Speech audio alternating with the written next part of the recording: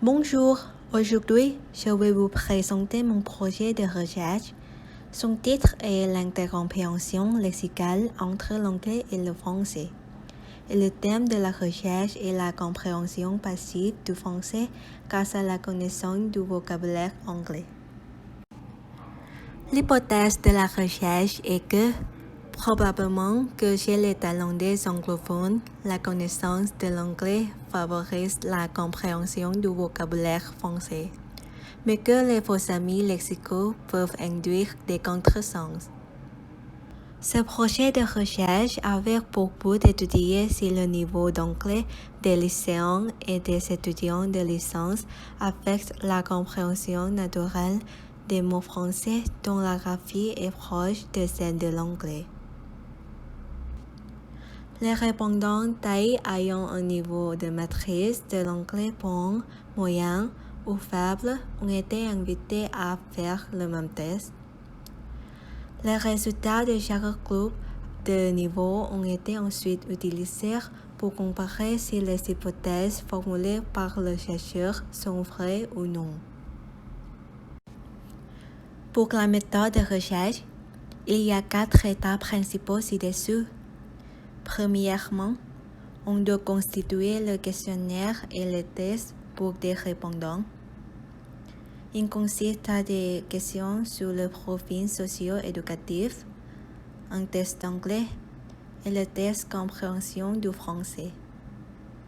Ensuite, on envoie le lien vers Google Forms dans le chat personnel de Facebook Messenger et dans le chat personnel de Instagram ou Direct Message à des étudiants et des lycéens thaïs qui ne connaissaient pas le français.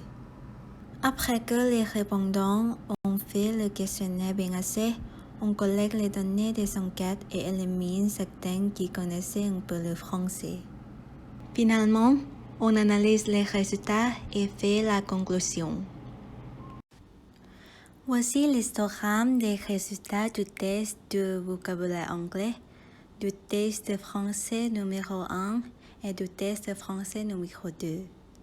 En regardant l'histogramme du score de vocabulaire anglais, on peut voir que le sommet de l'histogramme est au score de 80%, ce qui signifie qu'il y a plus de gens qui obtiennent 80% que les personnes avec d'autres scores. Pour l'histogramme du test français numéro 1, on peut également voir que le sommet de l'histogramme est au score de 80%, ce qui signifie qu'il y a plus de personnes qui obtiennent 80% que les personnes avec d'autres scores. En outre, cela indique que la plupart des gens se débrouillent bien avec ce test. Pour l'histogramme du test de français numéro 2, on peut clairement voir que l'histogramme a une distribution aléatoire.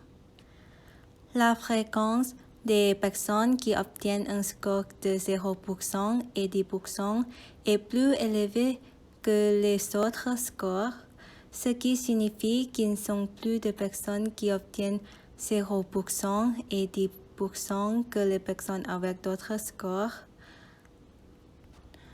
Avec ce type de distribution, les données doivent être séparées et analysées séparément. Sur la base des résultats de notre questionnaire, on peut déduire que la connaissance de la langue anglaise contribue fortement à la compréhension du vocabulaire français.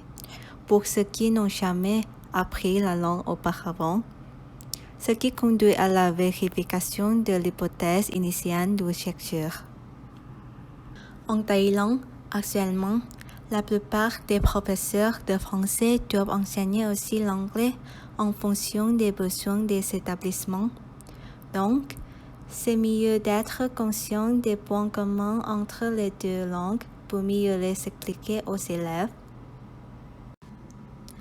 C'est tout de la présentation. J'espère que cette présentation vous aidera à savoir et comprendre mieux ce projet de recherche. Merci de votre attention.